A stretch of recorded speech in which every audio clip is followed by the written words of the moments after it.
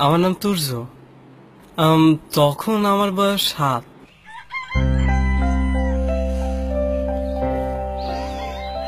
একদিন সকালে উঠে দেখি বাবা বাড়িতে নাই। ছোট ফুপু ছিল, আমাদের সাথেই থাকতো।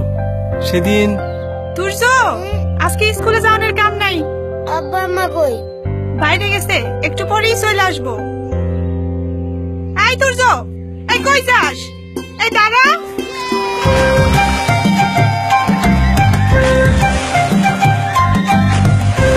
চুপচাপ দাঁড়া। ইস, খাওয়া দাওয়া নেই, পড়াশোনা নাই, সারাদিন খালি টই টই আর টই টই। মাথা রেখে করছিস কি? আব্বা আম্মা এখন আসে নাই? আহে নাই, এসে পড়বো। এখনো আহে নাই? সারাদিন বসে থাকলাম। সন্ধ্যার সময় ছোট ফুপুর সাথে পড়তে বসলাম। নিয়ে যাব। আর কি বা নেবে? যাও যাও, আগে যাও।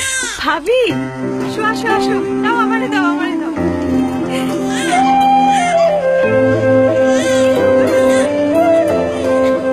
দেখলাম মায়ের কোলে ছোট একটা বাচ্চা, আমার বোন।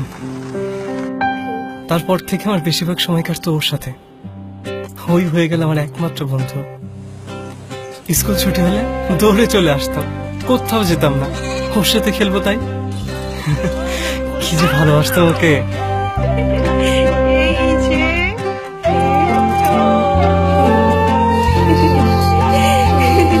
দেখো দেখো দেখো।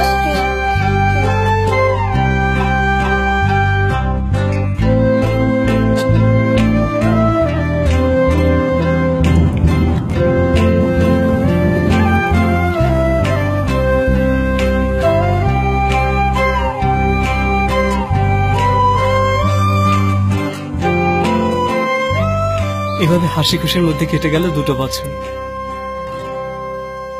কিন্তু কে জানতো এই হাসি আর বেশি দিন থাকবে না। হঠাৎ গ্রামে ডায়রিয়া ছড়ায় পড়লো। অসুস্থ হলো অনেক বাচ্চা। রোগটা ছাড়লো না আমার বোনকেও। তোর বাসানে জলদি ডাক দে।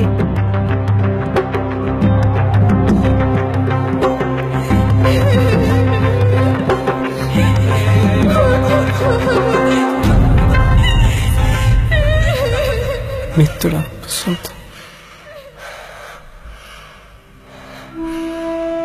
ঠিকই শুনেছেন আপনারা, আমার আদরের বোনটি আর বেঁচে নাই।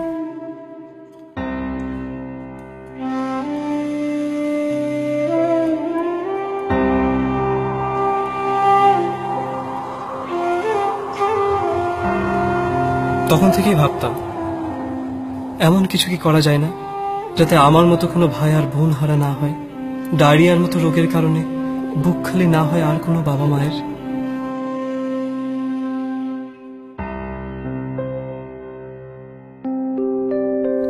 এরকম ভাবতে ভাবতে কেটে গেল অনেকটা দিন। একদিন আমি জানতে পারি লাইফ বয় লাইফ সেভার ভলেন্টিয়ার প্রোগ্রামের কথা। সেখান থেকে জানলাম শুধুমাত্র সাবান দিয়ে হাত ধোয়ার মতো ছোট একটা অভ্যাসেই বাঁচাতে পারে ডায়রিয়ার কারণে প্রতি বছর অকালে মারা যাওয়া হাজারো শিশুর জীবন। লাইফ বয় লাইফ সেভার ভলেন্টিয়ার প্রোগ্রামের মাধ্যমে আমি ফিরে যাই আমার গ্রামের সেই স্কুলে।